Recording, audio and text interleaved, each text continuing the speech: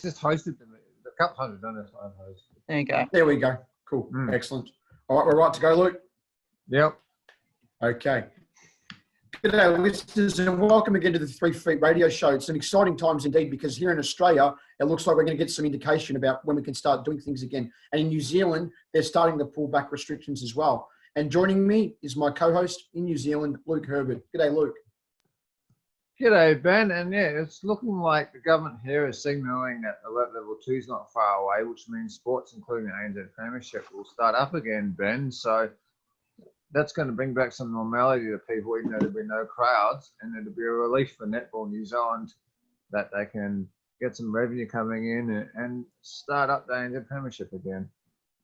Great news indeed across the Tasman there, Luke, and it's going to be very exciting this morning, because joining us today, and she'll hopefully give us a bit of an indication about Suncorp Super Netball, is Netball Australia's CEO, Marne Fechner. Good morning, Marne. Hey, Ben. How, Luke? Nice to be here. Excellent. Thank you for joining us. It's been a little while, but first of all, just to get things going here, Australian netball was in a very healthy position before COVID-19. Do you see the sport in Australia being in the same position once the restrictions are lifted? And hopefully we'll get some good news today, or probably next week as well.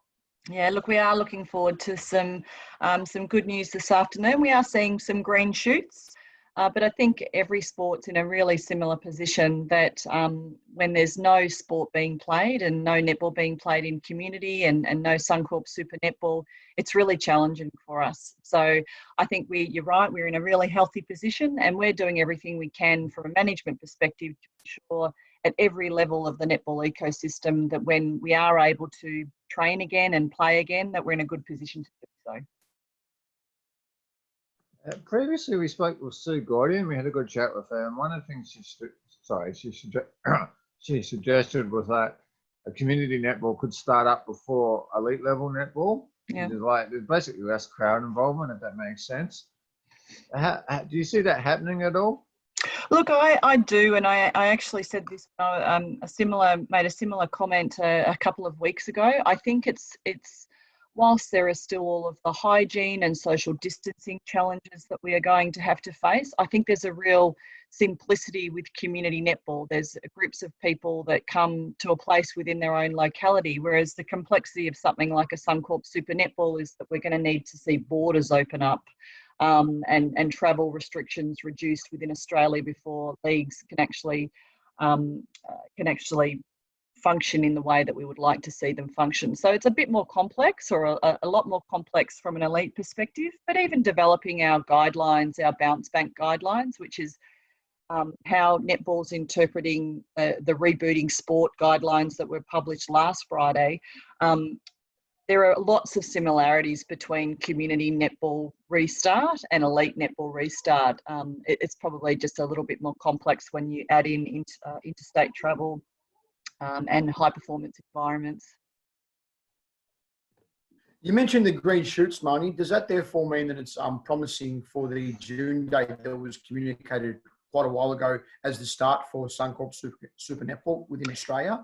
So I think what we've talked about, and I think what was communicated feels like last year, but it was probably only a few weeks back. But what we talked about was that we would make a decision in relation to Suncorp Super Netball by the 31st of March, and that we wouldn't see Suncorp Super Netball starting before the end of June. And there are a number of reasons for that. Obviously, our elite athletes have taken some time away and reduced the intensity of their training. They've only been able to do their strength and conditioning training at home and by themselves. So there's a period of time that we need to prepare the athletes before they get back on court to do what they do in such a fierce way to ensure that we minimise the risk of injury. And that's really important as part of our bounce back. And we need to make sure that we anticipate that restrictions are going to lift. What we don't know is when they're going to shift from level B to level C, which is that important shift to being able to play competition, when borders will open up. So we want to make sure that we're giving ourselves time to ensure, ideally, what we could deliver is a 17-week Suncorp Super Netball, albeit in the later part of the year. Just briefly before I get to my follow-up question, for the sake of internationalists, when you refer to borders, you're referring to state borders in Australia too, aren't you? Yes, so we have spoken to, in terms of our international, obviously we have a quad series and a Constellation Cup that's scheduled for later in the year. So we're working really closely with our international, with Jenny, the CEO of Netball New Zealand, and Fran in England and Blanche in South Africa, just to work out what realistically we can deliver at the end of the year. It's really positive news that the Australian and New Zealand governments are talking about a trans-Tasman bubble. And I think that gives us, some hope that our Diamonds program will see some great content towards the back end of the year, at least with New Zealand, which will be great because we know that rivalry is fierce and we love it. So what I was actually going to ask you, and Ben and I were chucking around this off air, and we were discussing revenue streams for the different Suncorp and ANZ premiership teams. I just want to bring some brief context to this question. And since there's no way either the Suncorp League or the ANZ premiership is going to have crowds, what kind of financial loss do teams face by playing in front of empty stadiums? We don't expect exact commercial figures, but we're just speaking in a general manner.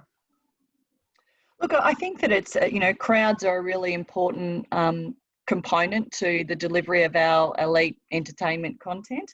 I think what we're looking at now, though, is how do we, knowing that it's highly unlikely that we'll be playing in front of crowds, what can we work with our commercial partners to actually say, well, that's not here, but we've got this offering over here at the same time. And so what in Australia we've seen as a real digital pivot in the last 6 to 7 weeks.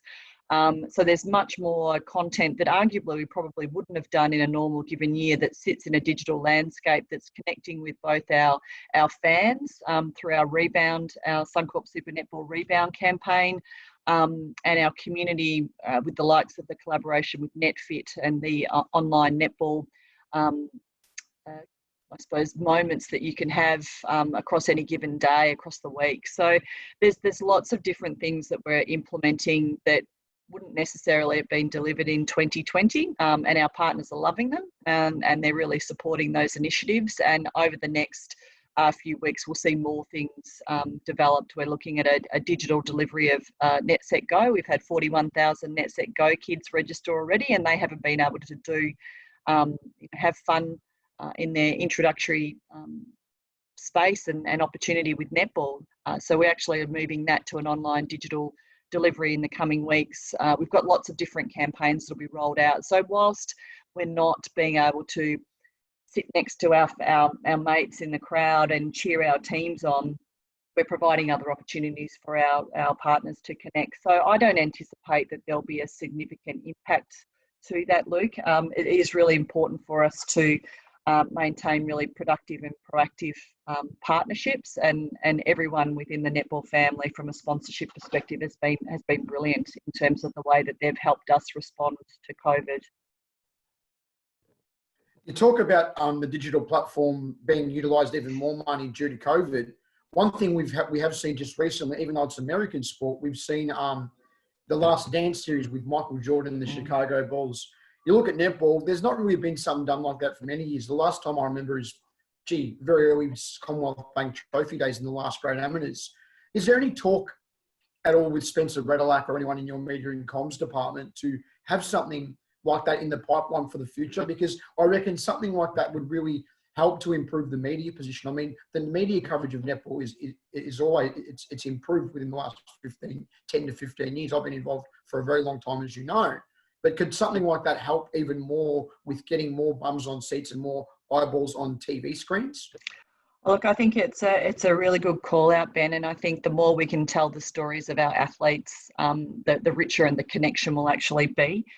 So we were talking about it as late as yesterday. We've obviously got a Netball World Cup bid that's still going, and that's due to be submitted to the International Netball Federation at the end of June. So we're working on that. And one of the things we were talking about yesterday is, there will be kids that are playing they're either training partners for Suncorp Super Netball, or they're playing in the Australian Netball League, or they're in 19 and under state teams, and unfortunately didn't get the opportunity to play national championships this year. But who are those kids that in 7 years' time, if we're successful with the World Cup that we can start to follow. And now that's obviously a longer term play in terms of story, but imagine the richness of that story. And then how do we create those little micro opportunities to follow a team, follow an athlete, just get under the bonnet of what makes an elite netballer tick and what goes on in clubland, because I think that's a really rich story to tell the community and provide something that you just don't get to see every day. And I've been loving watching Michael Jordan. Stu and I get up on a couch and we wait for them to be released each week, and it's been fantastic. And I think I'd love to be able to do more of that for netball. And if that kind of content ever arrives, even if it's Australian oriented, I'll be watching on Netflix. And I'll just say briefly as well, I would commend the Suncorp League for its social media presence, both currently and in what I will call normal times. I think if it's got one thing that I'd put it ahead of the ANZ Premiership, and in that whole kind of work being discussed a lot. I think the social media presence and game highlights, I would tick that box nicely. But just moving along, what can you tell us about the appointment of the next Australian Diamonds coach? Because, we are living in somewhat unusual times. Look, it is unusual times, Luke, and we've started the process. The start of this year, as we all know, large parts of Australia was decimated by bushfires, and we had that wonderful, I think it was our last moment of netball, was that bushfire relief game in Sydney, and it was just such an amazing event to be involved with. We started the recruitment for the Diamonds coach not long after that. We've not put it on hold. We've just said, given that we're dealing with some fairly significant issues with COVID, we don't need to rush. So we've just stretched out the timelines in relation to the appointment of the coach. And I anticipate that I think we're initially saying around July for an appointment, probably be within a couple of months after that. But obviously we want some international games, some Constellation Cup matches. We've got quad series and what we're doing with that. So we do, if we're going to play that, we're going to need a coach. And as much as I love those girls, it's not going to be me. So we'll need to get that recruitment done. Does that therefore also mean, due to the current situation as well, Marnie, that the international games might be pushed back a little bit later? Because traditionally they're September, October.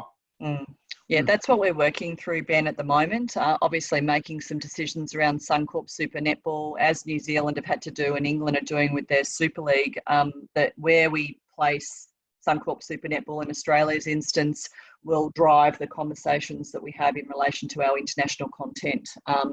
Our international matches are generally later in the year, so obviously we need to look at all of those types of things, work with our stakeholders and our partners, and I'm really excited for New Zealand that they're getting a chance to get their league going. It'll be sooner than ours, but it is exciting for them to know that that ANZ Premiership will be played this year, because that's one of the most important things that we can focus on at the moment and get up and running. Well, I'd also just point out briefly to the viewer that the ANZ Premiership has more games in a regular season to get through as well. So it may not be much of an advantage us starting earlier. It may just cancel itself out. Don't get me started on playing full 3-round draw. That's for a time when we're back in regular netball times, right? Just a quick follow-up question, and you've basically alluded to this already, but I think it's worth touching upon, is since there will be no crowds at the international games, and you've mentioned social media just before and how you've been engaging fans successfully, does that then move to the international window in terms of content to engage the people that aren't at games? Look, I'm an optimist, and I'm hoping that potentially we might be able to be playing in front of some crowds, later in the year. But we are also looking at how do we, what avenues. We're an indoor game. We're not got a big court. So are there some innovative ways that we can look at delivering and engaging and bringing the crowds in virtually? Now, I think a lot of the things we do, are really are not as creative as that. So we're looking at ways that we can do that. But yes, Luke, definitely the way we engage socially and remotely, if we can't play in front of crowds, is going to be important. And I think there's lots of innovation and some really interesting ideas as a result of this. So hopefully, as we look to delivering both Suncorp Super Netball and our international windows, that we'll have some really exciting offerings and different ways for our fans to engage with product and feel like they're in the stadium, although they might not be. So aside from doing some work as CEO, Marnie, obviously it's been reduced workload for you. What have you and your husband Stu been doing away from being an administrator? Yeah, well, it's a good question, Ben. And I would actually say I have been working longer hours than normal as a result of this, and I've been holed up doing lots of Zoom calls on in the study. But it's been really interesting for the family. The girls are in high school, and so they're studying from home. They're really self-sufficient, so I'm lucky in that regard that they're not younger and in primary school and needing much of my time at this point in time. And so look, I feel like I'm fitter than ever. There's definitely an opportunity to get out and run and be physically fit, and the dogs are very happy whenever one of us comes out of the study or gets up from the table.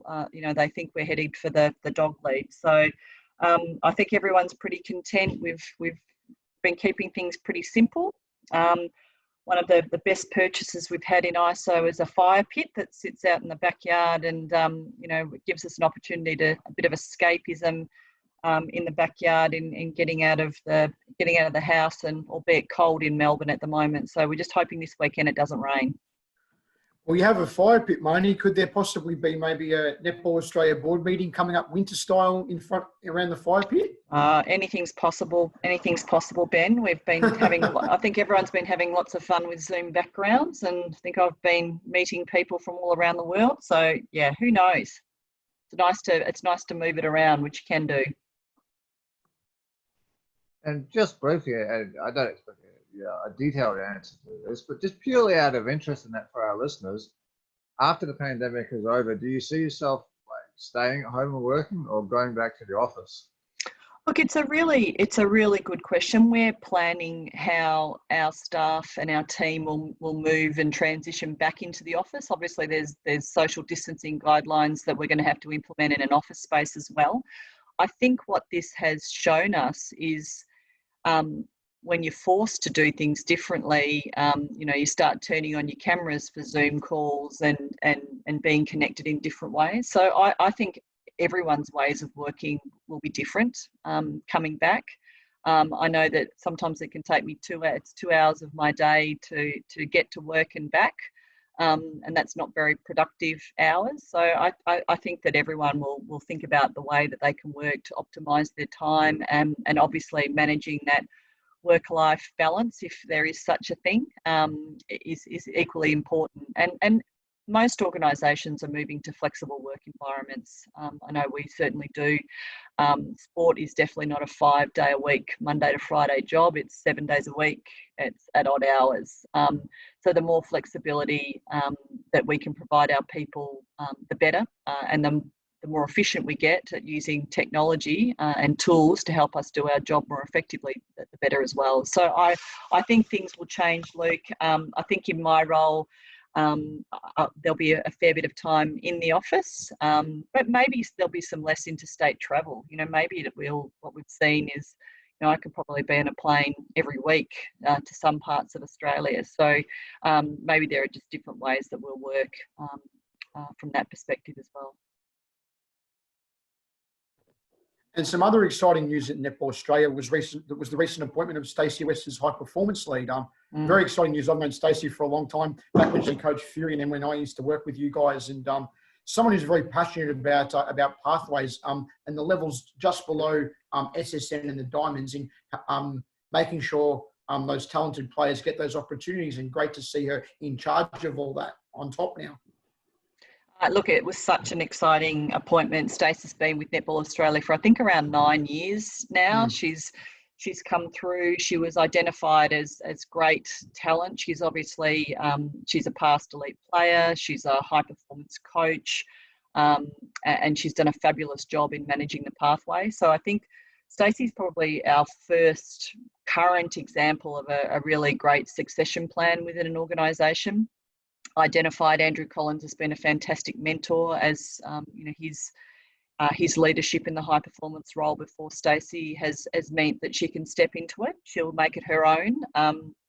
She's extraordinarily passionate about this game and about the athletes, and her knowledge is second to none. So I think it's a great combination for us, particularly when you think around Stacey coming into the role and making it her own. We'll have a new coach that'll want to do the same thing. So it's a nice combination. It's unintentional in terms of the way it actually all happened. But I think it is, if we look at it, it's a great opportunity for us. How does Stacey's role relate to the Australian Netball League, which is for the benefit of our New Zealand viewers? It's roughly the equivalent of the BICO League. So Stacey leads our high performance system.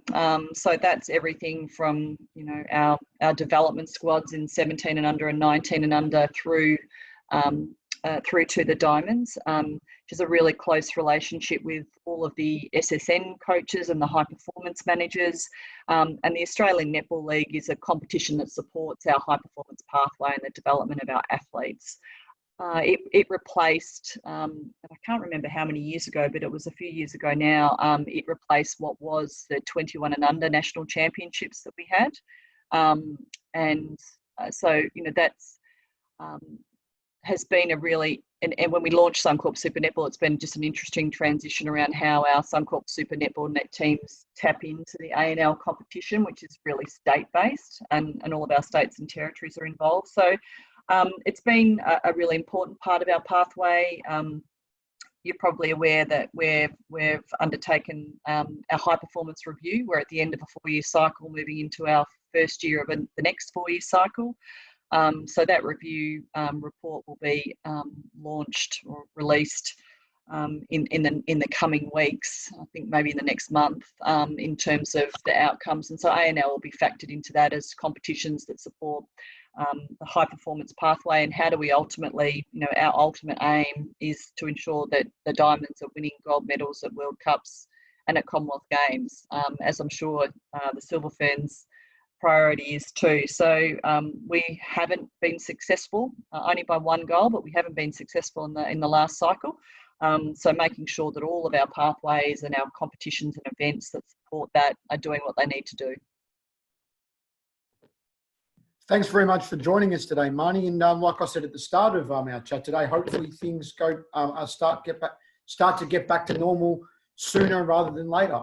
Yeah, I hope those green shoots, Ben, that I talked about at the start of the catch up really start to grow quickly, because I know that what we all want is for netball to be back in community and on our screens. Absolutely. Thanks very much. Thanks, guys. Cheers, Marnie. I'll get Jen to email it across. Yeah, I'll get Jen. I'll turn up the recording. All right. See you. Great. Thanks, Marnie. Appreciate it. Cheers. Thanks. See you later.